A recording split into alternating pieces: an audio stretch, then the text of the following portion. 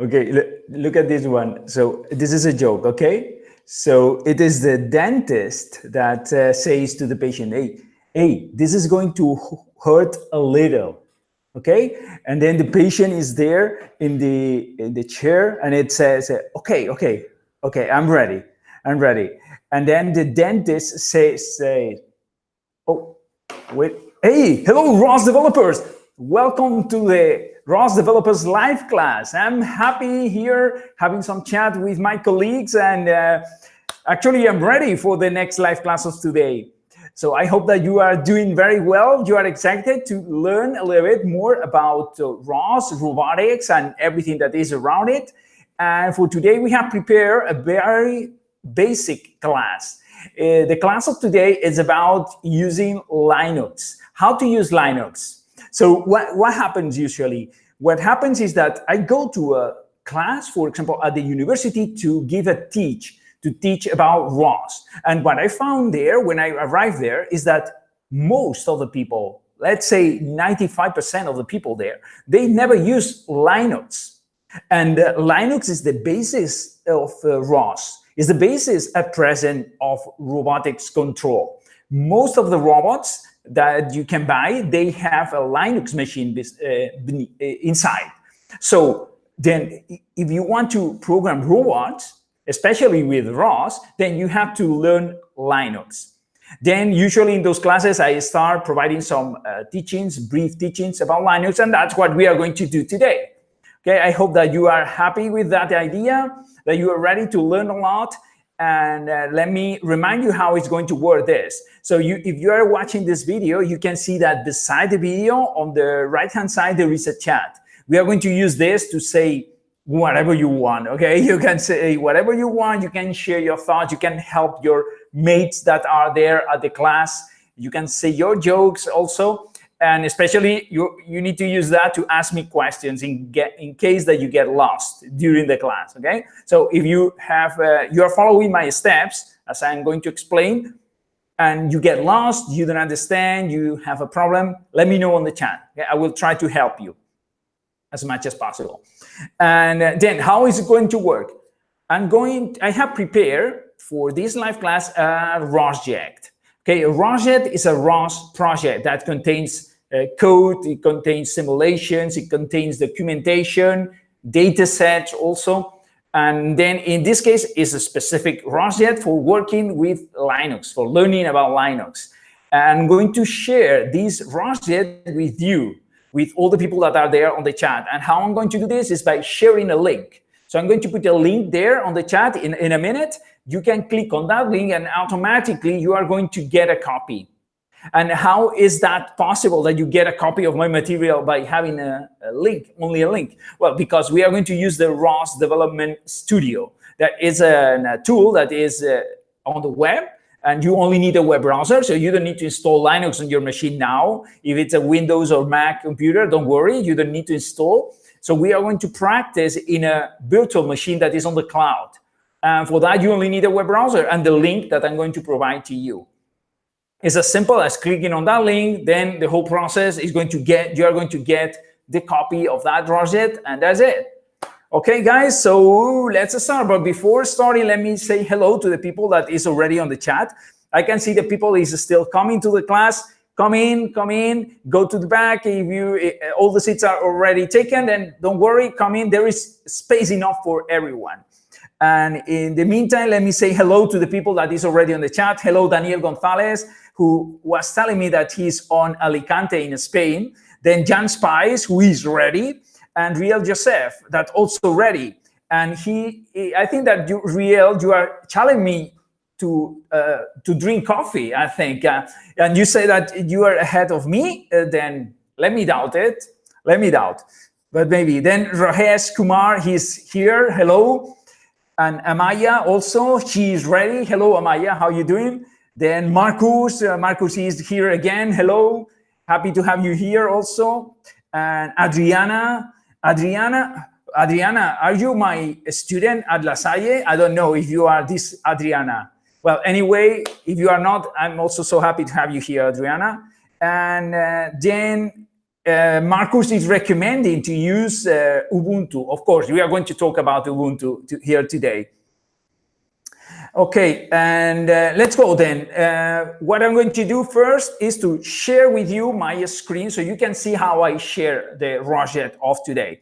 So for that, let me click here first and get into the screen.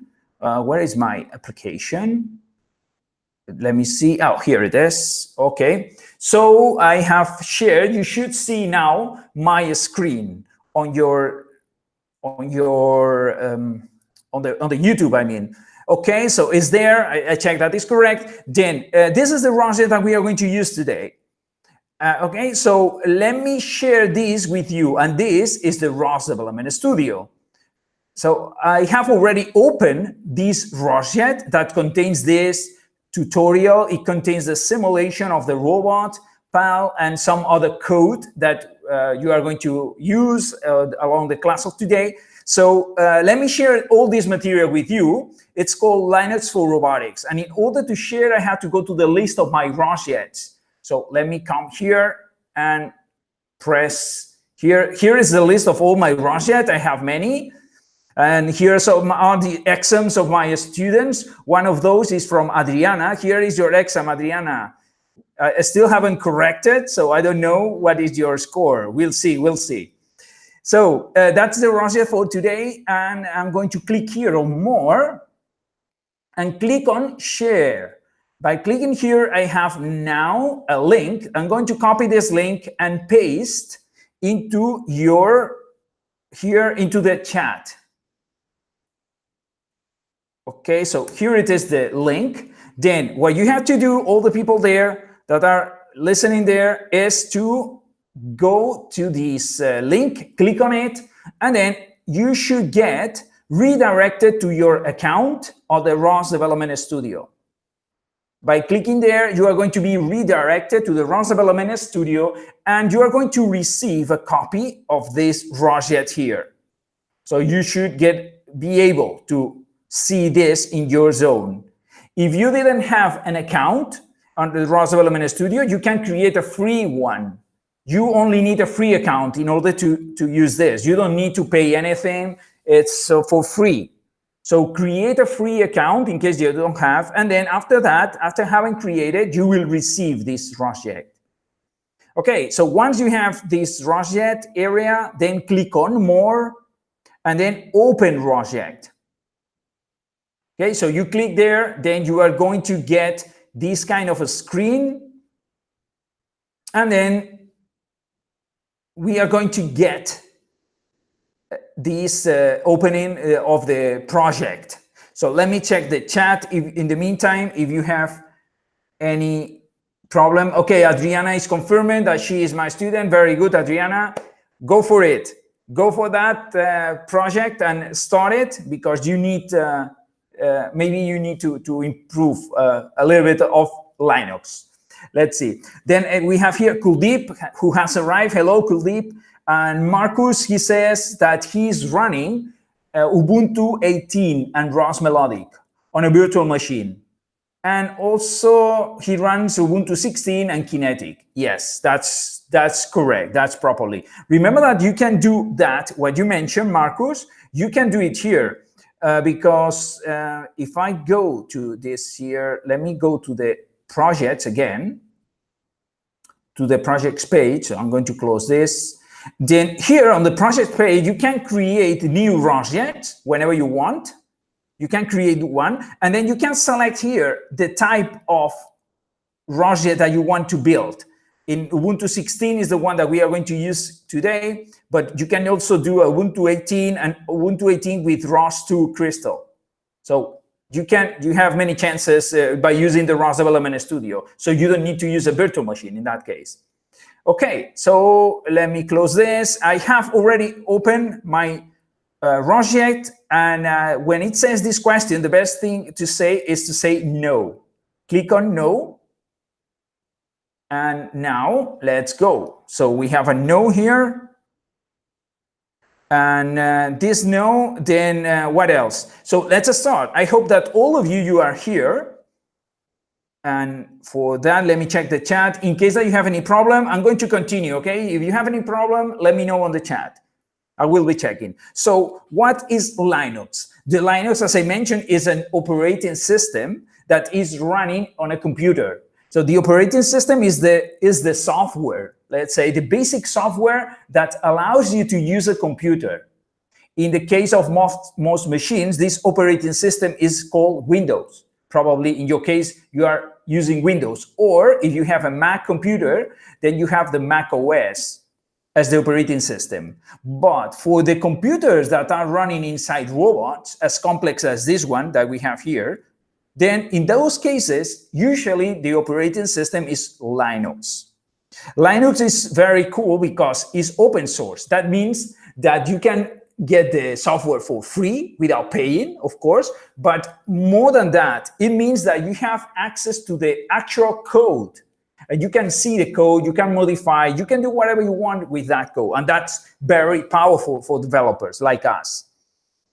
Okay, then Linux can be seen, can be obtained, you can download and install in many different versions. One of the versions, it's called Ubuntu. So this is Ubuntu. And Ubuntu has become the standard when you want to use ROS. It's the Linux version that is more, let's say, it's more attached, it's better attached, it's better integrated with ROS, Ubuntu, the Ubuntu version of Linux. You can use any other Linux versions, but it will be more difficult for you to use ROS with, because you will need more programming skills in order to install packages, compile them, solve problems, etc. So if you want to use ROS, if you want to learn ROS, then I recommend you that you select Ubuntu in here. Then after the name Ubuntu, there are different number versions, like in this case is 16.04. Okay, so 16.04 is not the latest version of Ubuntu. This is the one that we are using here in this project. And you can see that the configuration that we are using is shown here on the top right corner. It's Ubuntu 16.04 because we are using ROS Kinetic, ROS version Kinetic, and Gazebo version 7. This project is prepared for this combination. You are going to usually see this kind of combination when you are talking about ROS. Which Ubuntu version, which Gazebo version, which ROS version. Okay, so if you want to use Linux with robots, let's say that we are talking about Ubuntu. And yeah, so that's what we are going to see today, how to use Ubuntu, Linux, Ubuntu in a robot, basic commands, okay, basic commands. And this notebook, this information here has been prepared by Christian Chavez, who is an intern at the Construct, and also is one of my students at the University of La Salle, and a super cool guy and very, very clever. And so thank you, Christian, for this tutorial. And now let's go to the class, okay? So remember that all the material here, we call that it's a ROS jet. And a ROS jet contains this material, this notebook, the simulation that we are going to launch later, and some code. That's what we call a ROS jet. You can create your own ROS jet. I have included here some information in case that you would like to create your own ROS jet for your own purposes, for doing classes, for doing experiments, for doing whatever, demonstration to your clients. And then what do we have here? Here, let's see. Okay, so yeah, so that's the robot that we are going to use today. It's called Talos robot, and it's created by a company that's called Pal Robotics. Pal Robotics is a Spanish company. It's actually here beside the Construct. And I was working at that company many, many years. And then unfortunately, this robot was developed after I left the company, so I have no credits for developing this robot. And this robot is amazing. It's human-sized robot. It's a state-of-the-art in the world, in the whole world. And here we have a chance to use the simulation already working, and including the walking controllers. Okay, so let's start the simulation. Let's start with this. with the fun. Let's go to the fun thing. First, we need to launch this simulation. For that, go here to the menu that says Simulations on the top bar of the ROS Development Studio. Simulations, then click on this plus button that says From My Workspace. Click here, and then on the dialog that will appear, then you have to click and select one specific file that is called Talos Gazebo version 2. Select version 2, of course, please. Otherwise, maybe we'll have some problems. So the version 2 is a good one. And then press Launch. After that, you should see here that there is a new window that opens. You can move it around and put it whatever you want. And here, well, those are the steps, okay? So you can see the images that are the steps. So at the end, we should get something like that, like in this picture. So let's wait a little bit because this simulation is kind of heavy because this robot is quite complex. It's a very complex robot. And then the first concept. So is in the meantime that is launching this, let's start with the concept. Okay. So what is a directory? So that is the first concept that we are going to learn. Okay, we need to understand that. Otherwise, we are in a trouble. We are going to be in trouble. Okay, so here it is my simulation that is appearing. Remember that if you want to remove this dialog that contains some logs from the simulation, you can click on this on this blue arrow down, and that's it. So let me see here. I can move back a little bit and turn it around. And here we have the robot. I have it. Let me know if you have it. Okay, yeah, the CPU is very high. Yes, I know, but I don't care. I don't care because the system is going to work anyway. So if you get that message, do not worry. It's just saying, hey, please consider that you may buy bigger machines on the ROS Development Studio, but you don't have to, okay? And then we have here some comments that says, Riel, you have many tabs that is open, sir. I guess you constantly study. Yes, I do constantly study, and I shouldn't show you my tabs there because it's less professional, but today in a hurry, so I forgot to close them. So anyway, and then Rajesh says that he's experiencing poor video. Please let me know if you also are experiencing, anybody else is experiencing poor video. Content of share screen is not clear. Sorry, we are transmitting in 720p. So in theory, it should be very clear. In case that is not for somebody else, please let me know on the chat so I can take action some way and check maybe the parameters or something. Okay, so let's continue. We have that. Then the first concept is, what is a directory? Well, a directory is a location in the hard drive. You know that there is a hard drive in the computer, and this hard drive is the one that is storing our files. And then we organize the files in directories. Directories are like boxes for putting the files.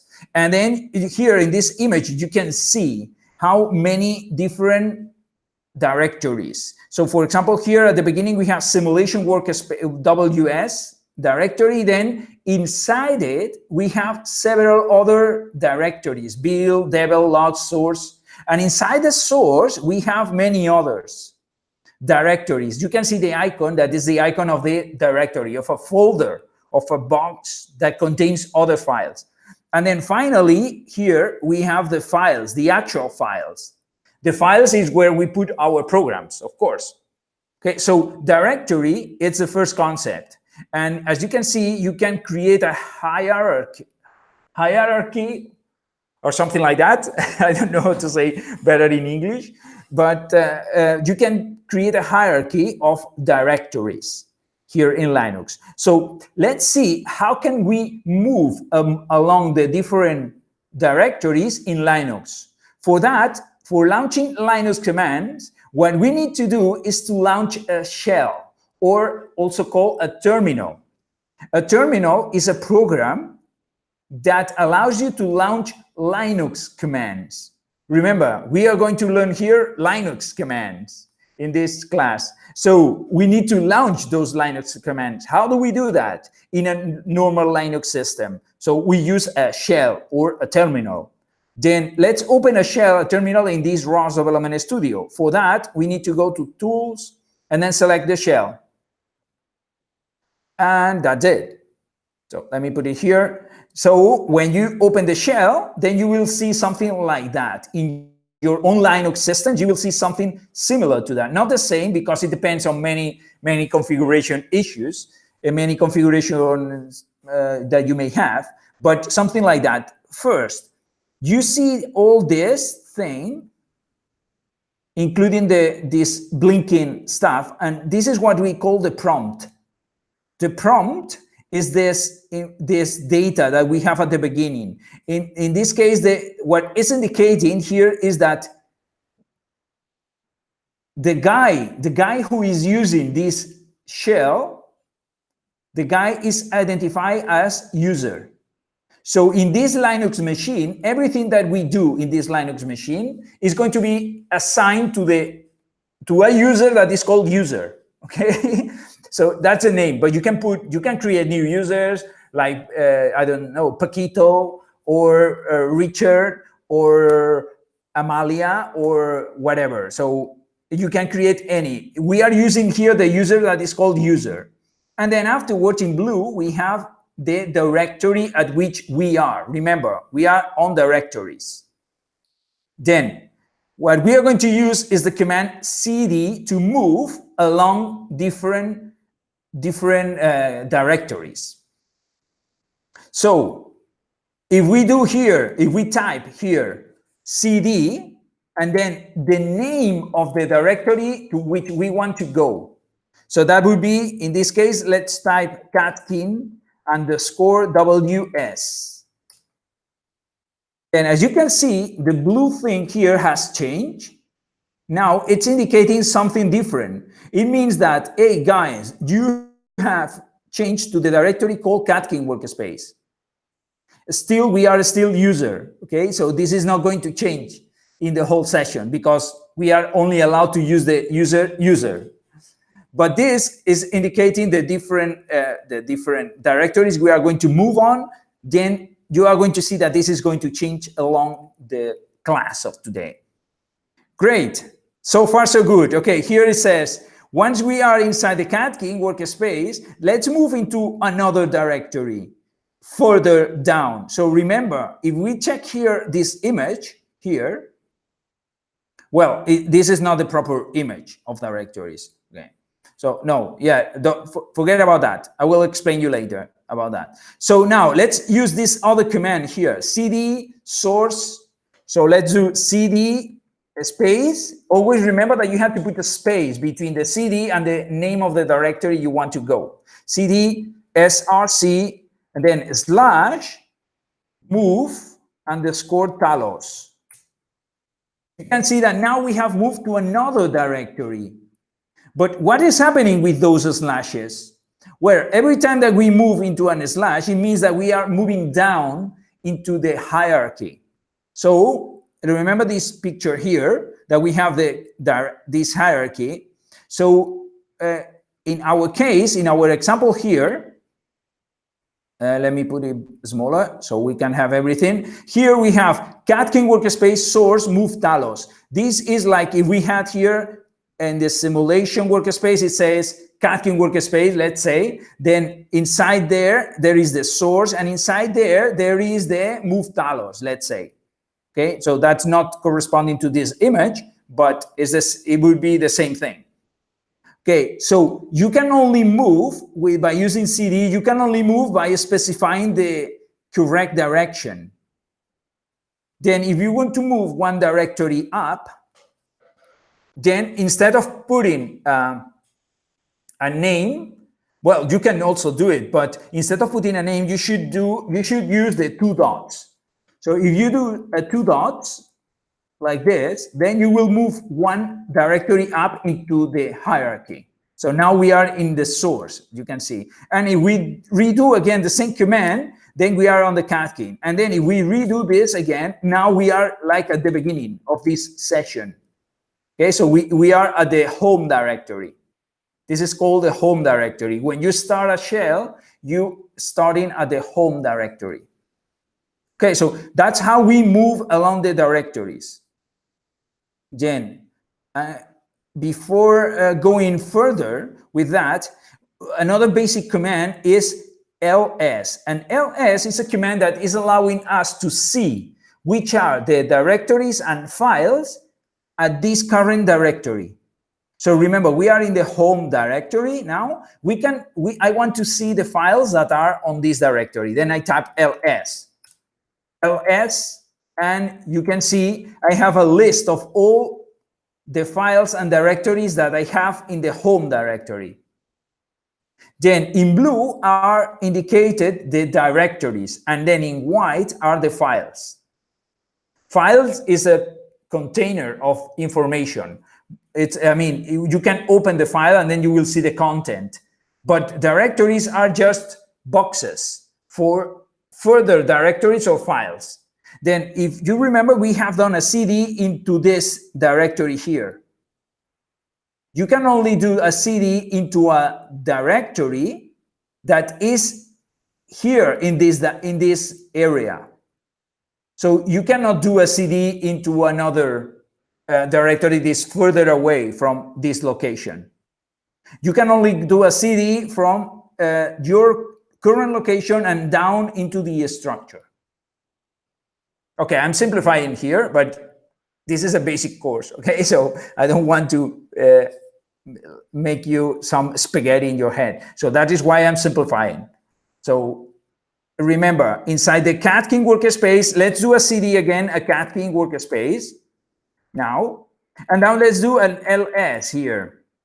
Here you can see that we have a directory called build, another devel, and another src. Remember that we went down into this src. So let's do it now. cd src.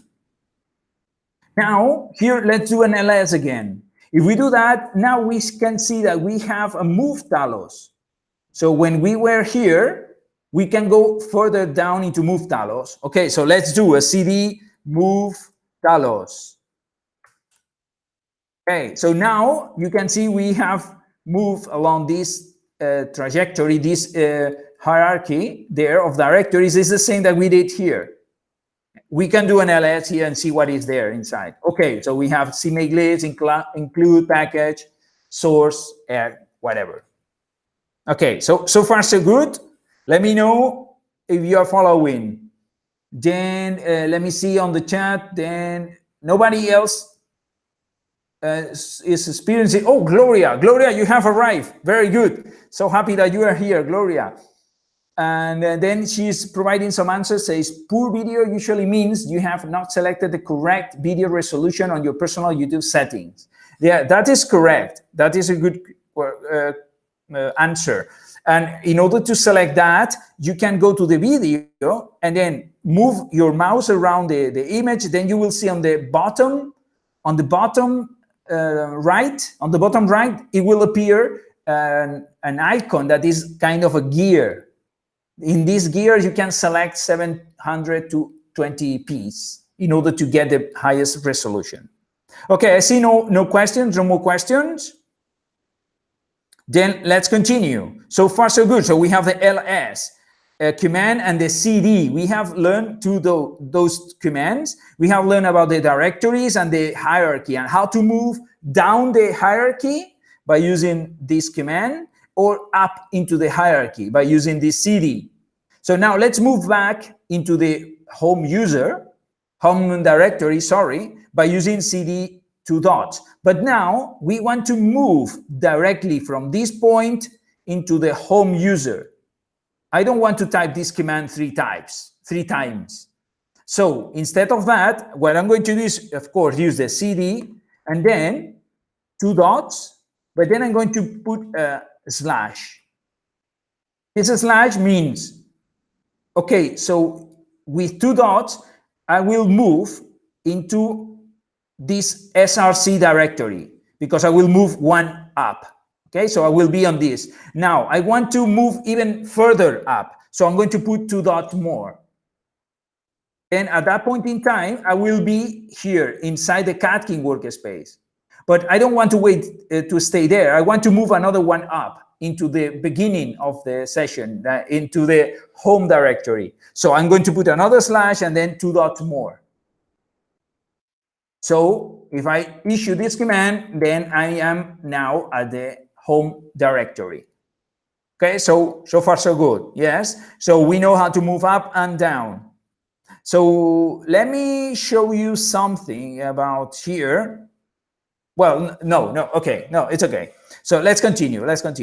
Then here we have another thing is the ls. Another command is the ls -a. So what does it mean here?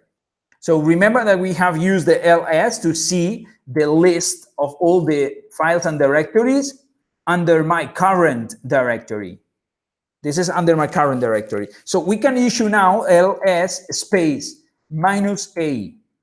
What does it mean -a? Well, it means that whenever you launch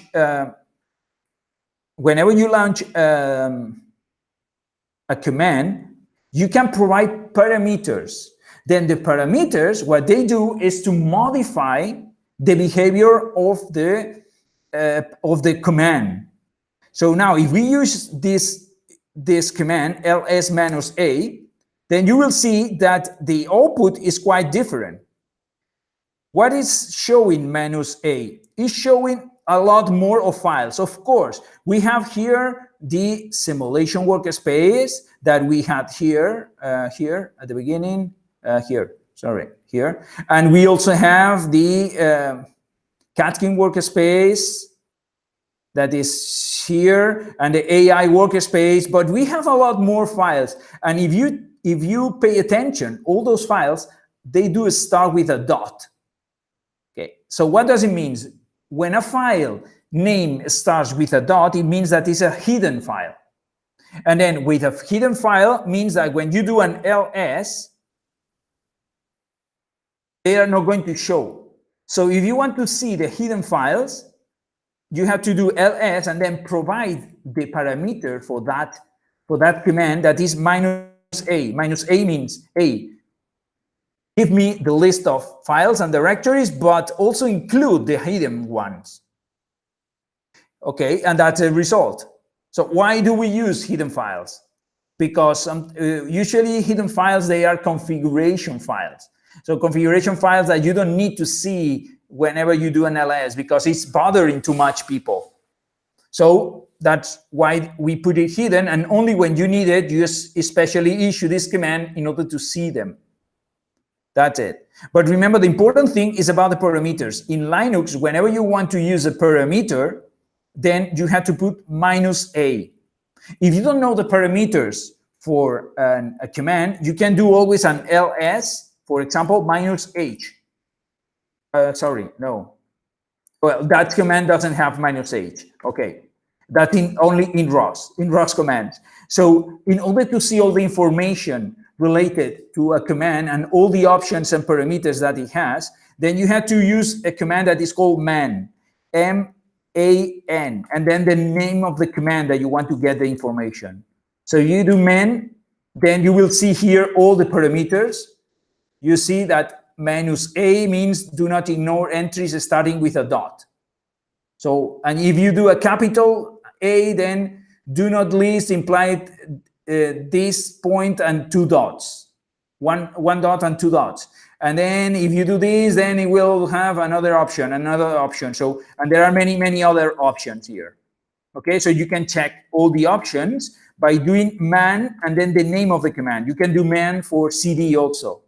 And there is no, because so easy. But you can do it with most of the Linux commands. So let's see about the, let me check if there is any question around here.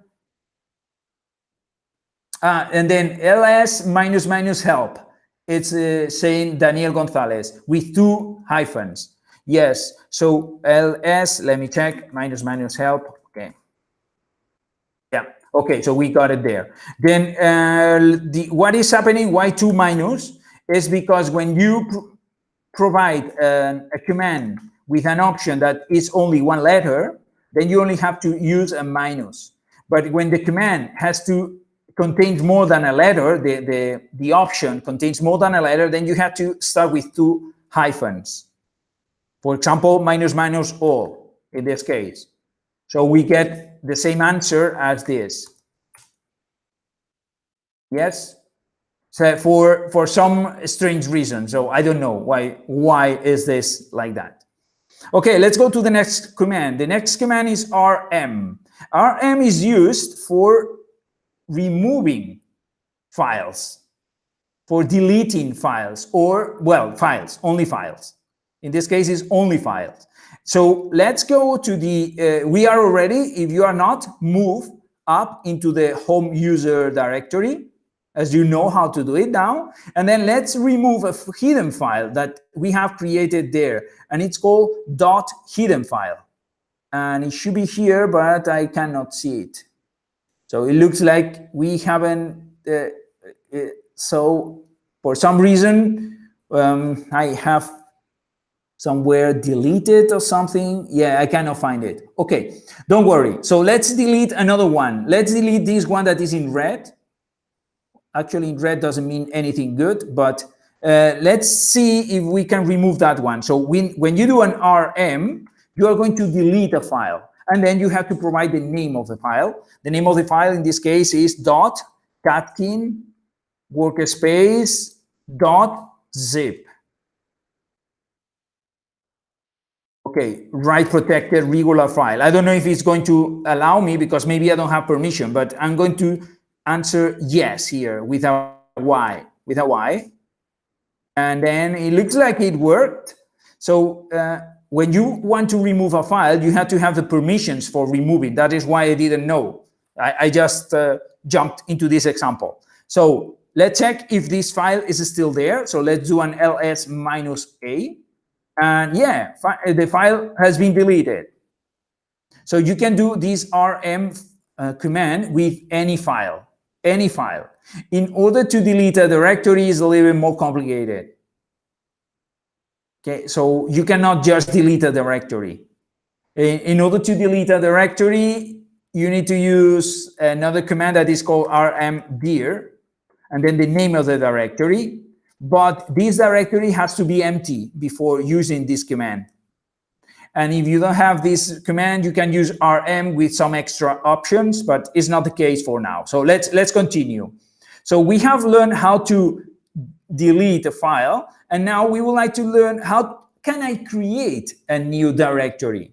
So let's imagine that we want to create another directory. And for the sake of this example, let's move to one specific directory where we want to create our example of directory.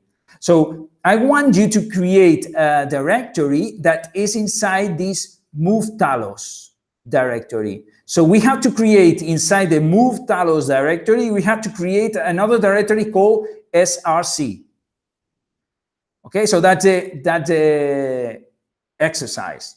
So let's go to the shell, and then first let's move until the move Talos directory. How do we do that? You know already. You don't have to ask me this question. You already know. Come on. It is cd, then it was catkin workspace / then src, then / Talos, move Talos. That's it. That easy.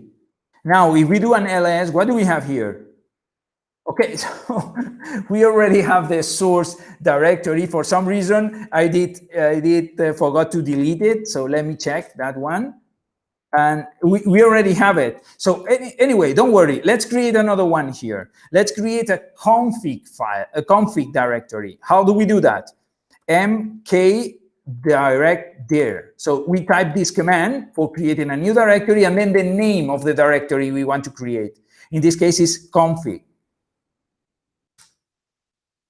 Then now, if we do an ls now, we can see that this config directory has been created. It was not included before.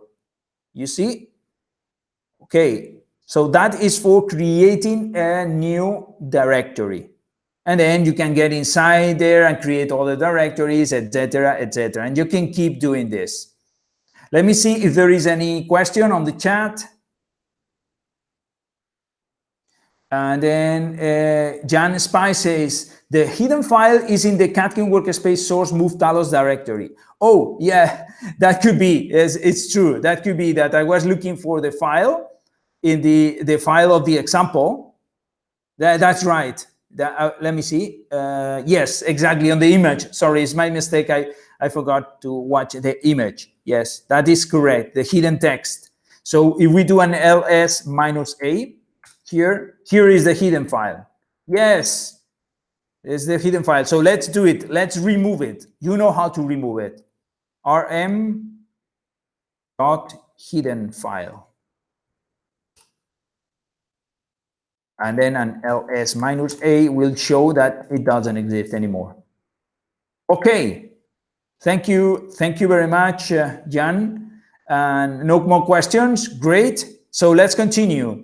Then I would like to show you about the concept of environmental variable. So the environmental variable is something in the operating system that allow us to store the values for one variable that we want all the programs in the Linux machine to use and have the same value for whatever the reason.